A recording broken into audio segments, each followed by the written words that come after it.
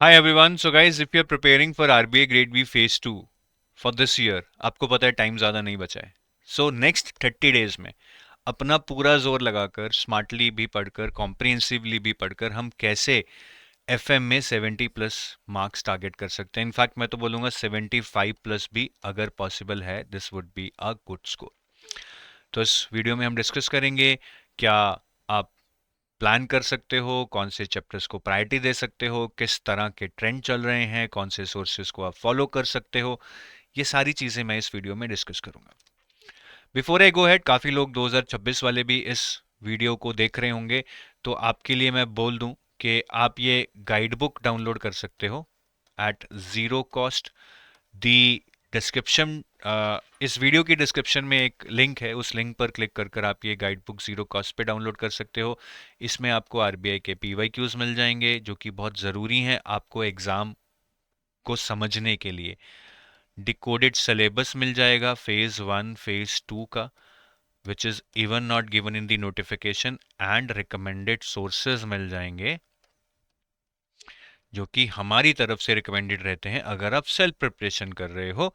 Instead of reading something which is irrelevant, read something which is recommended by experts. तो आप इसको zero cost पे download कीजिए, it will benefit you.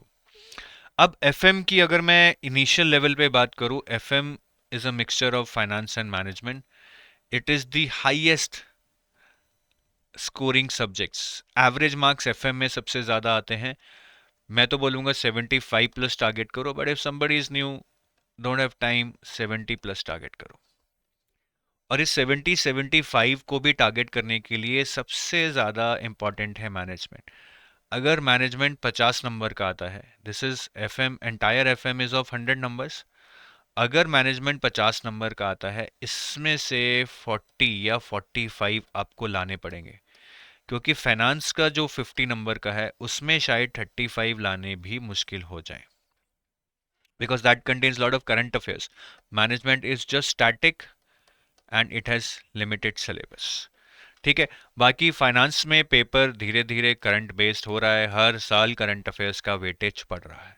तो इससे आपको थोड़ा आइडिया मिल गया होगा कि कैसे आपको एक अप्रोच से एफएम में 70 या 75 टारगेट करने हैं. अब कैसे इसकी तैयारी करनी है, जैसे मैं पहले ही बता चुका हूँ, it consist of two different components, दोनों का वेटेज सेम रहता है.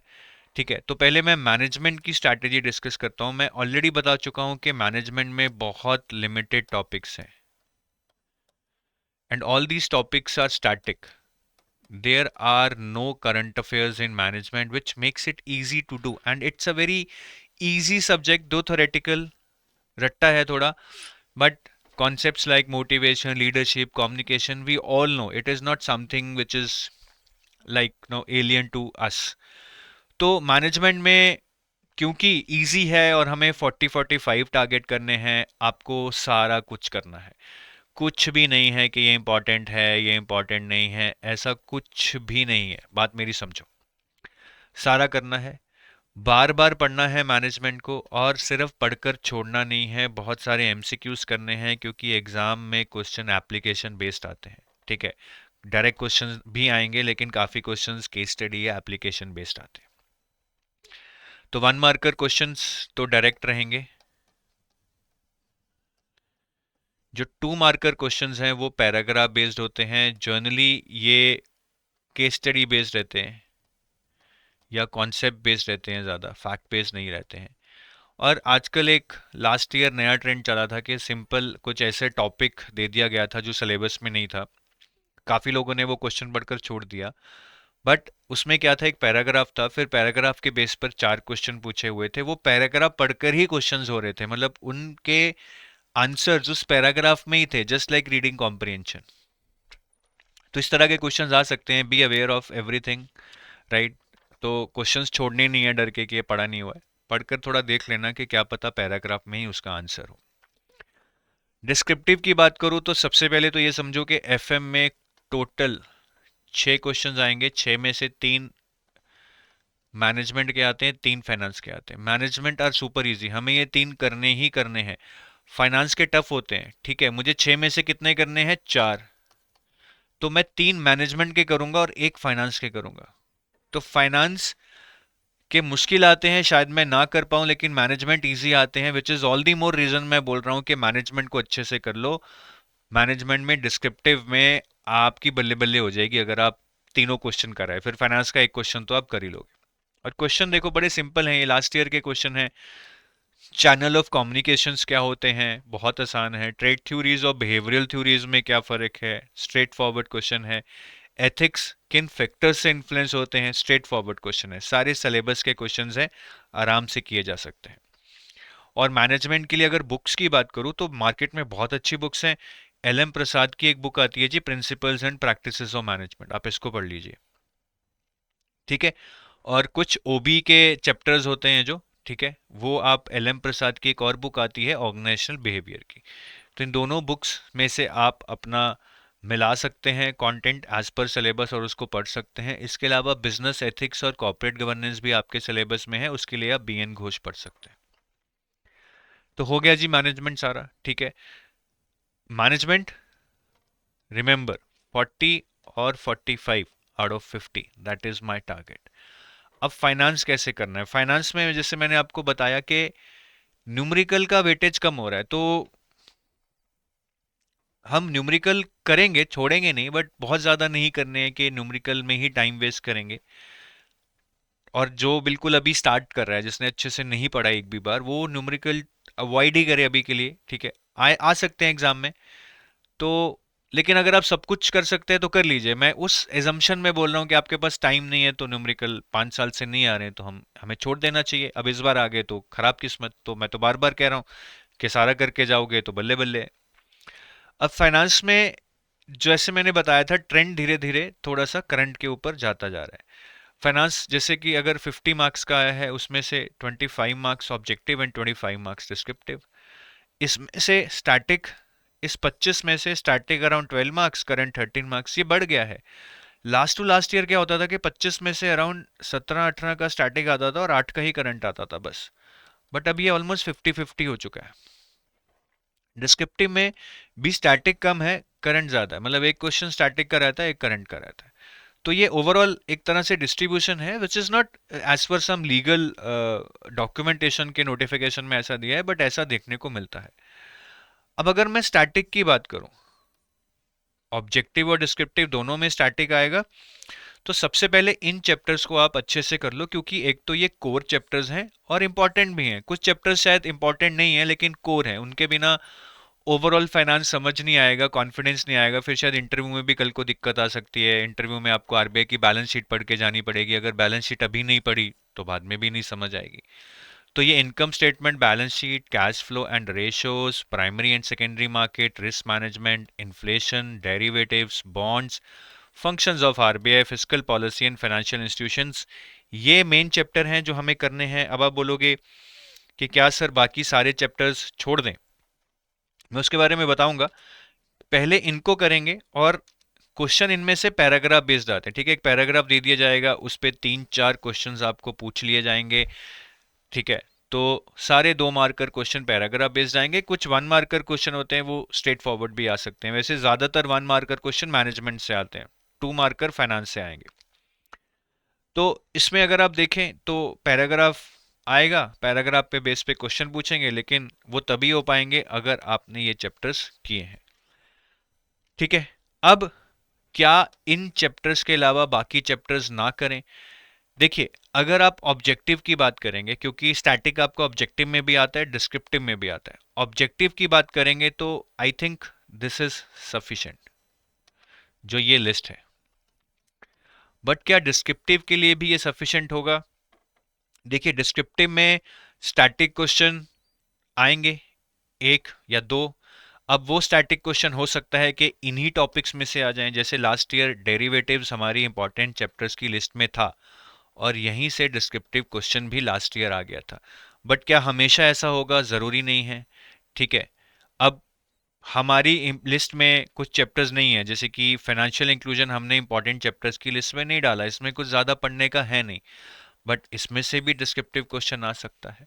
तो हम इंपॉर्टेंट चैप्टर्स को अच्छे से पढ़ेंगे, क्योंकि उनमें से ऑब्जेक्टिव डिस्क्रिप्टिव दोनों आ सकते हैं, कॉन्सेप्ट बेस्ड क्वेश्चंस भी आ सकते हैं। जो बाकी चैप्टर्स हैं मैं ये बोलूँगा कि आप उनको ज़रा थ्योरेटिकल पर्सपेक्टिव से जल्दी जल्दी पढ़ लीजिए, they are just like essays. उनमें से अगर क्वेश्चन आएगा तो आप छोड़िएगा मत, ताकि आप उसको करने की पोजीशन में हो। और फाइनेंस स्टैटिक के लिए बुक्स कौन सी यूज़ करेंगे, तो ये कुछ मैकमिलन एजुकेशन की बुक हैं।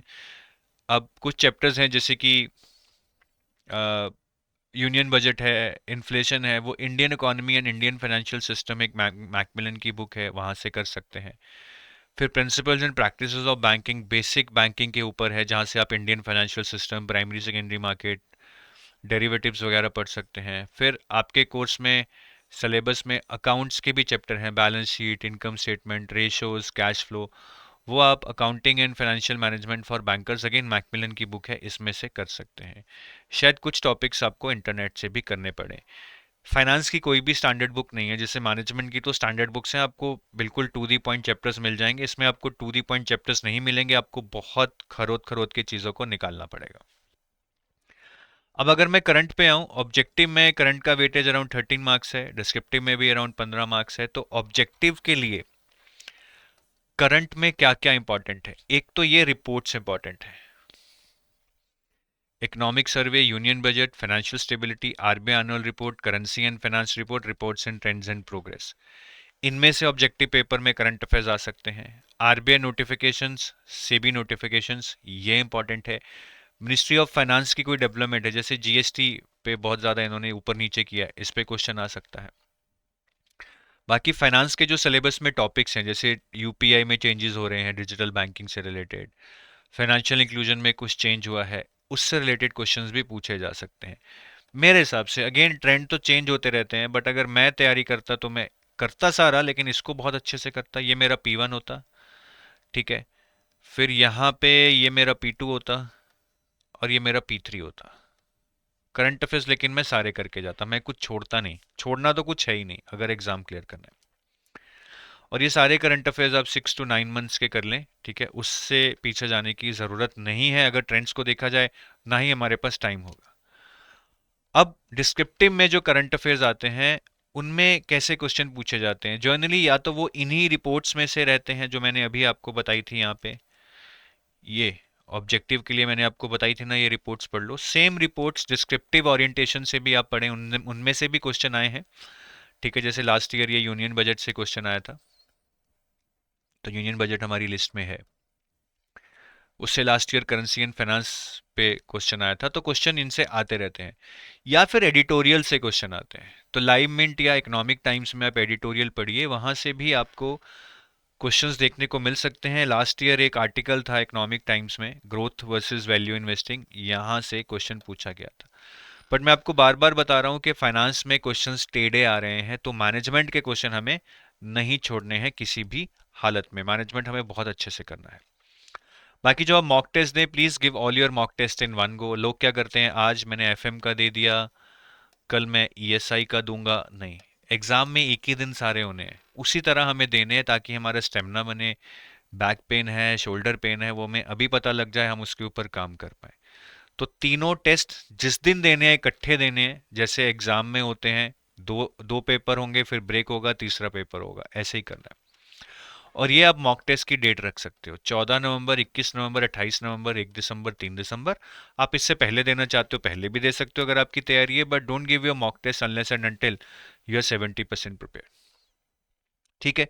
तो क्लियर है ये सब, आई होप काफ़ी क्लैरिटी मिल गई होगी, ठीक है। बाकी हमारे पास अभी फेज़ 2 के लिए आरबीआई का ये क्रैश कोर्स है जो आप देख रहे हैं बीच में, सो उसमें लाइव क्लासेस चल रही हैं। तो अगर आप फेज़ 2 के लिए प्रिपेयर करना चाहते हो, इस क्रैश कोर्स में आप एनरोल कर सकते हो। सारे सब्जेक्ट्स की क्लासेस मिलेंगी, करंट अफेयर्स की क्लासेस मिलेंगी, आंसर राइटिंग की क्लासेस मिलेंगी, करंट अफेयर्स की मैगजीन्स मिलेंगी, मॉक टेस्ट मिलेंगे। So it is like comprehensive pack for your phase 2 preparation, ठीक है। So I hope everything is clear about FM and you can now pursue this strategy, follow this strategy, implement this strategy, whatever you say, and come out with flying colors. 75 marks ले आए तो chance बढ़ जाएगा आपका। FM में 75 marks should be your target. Thank you.